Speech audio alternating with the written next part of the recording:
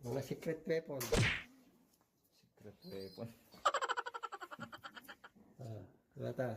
Jansen ulit oh. Jansen. Sigurado. Yung mata eh.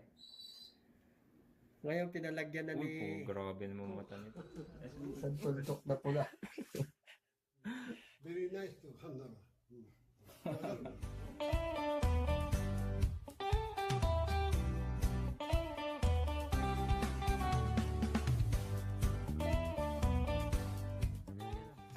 Ito mga kalapatid, si 319 na apo ni D19.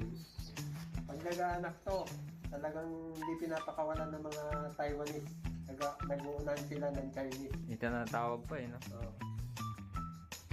Tsaka hindi nawawala ang tanong dyan. Parati tinatanong kung nag-aanak pa. Ang pinaris ko dyan mga kalapatid, anak niya.